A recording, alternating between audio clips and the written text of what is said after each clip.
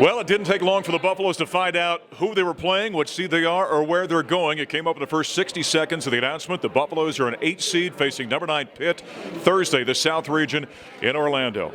That's a pretty easy wait for you this time, Coach. Oh, I could do without drama, and I loved it. Now, when your name pops up quickly, it relieves a lot of stress in the room. But really happy to be in this, and look forward to learning a lot about Pittsburgh in a short amount of time. You know, we learned a few years ago how tough it is to sit and wait, and you're never quite sure what the committee's looking for. Now, with that being said, your team won 23 games. You had that very tough schedule.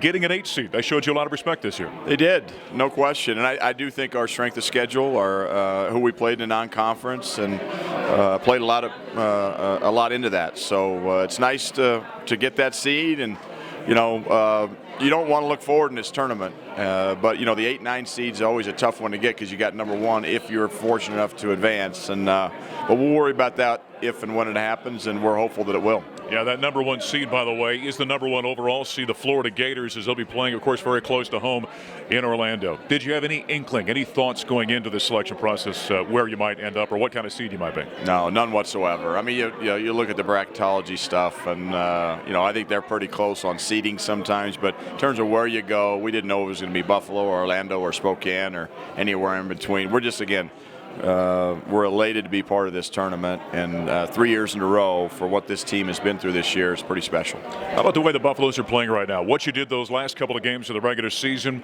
through 3 games of the Pac-12. How do you feel about the way the Buffaloes are playing heading into the big dance? Feel great. I really like our mental status right now. Our guys are confident.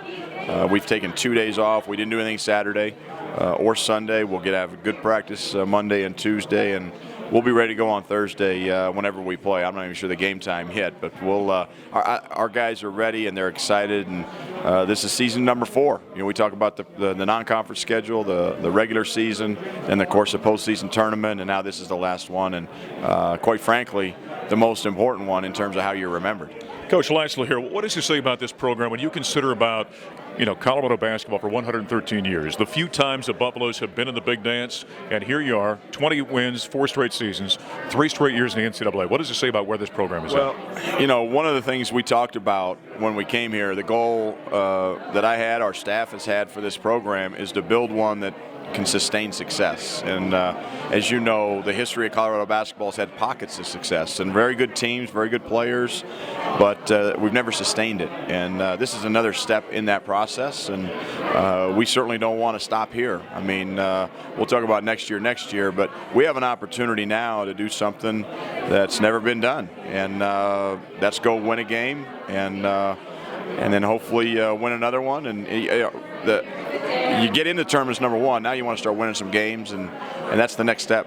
And lastly here, January 12th, when Spencer Dinwiddie went down, many wondered if the Buffaloes could get here. Did you guys ever wonder?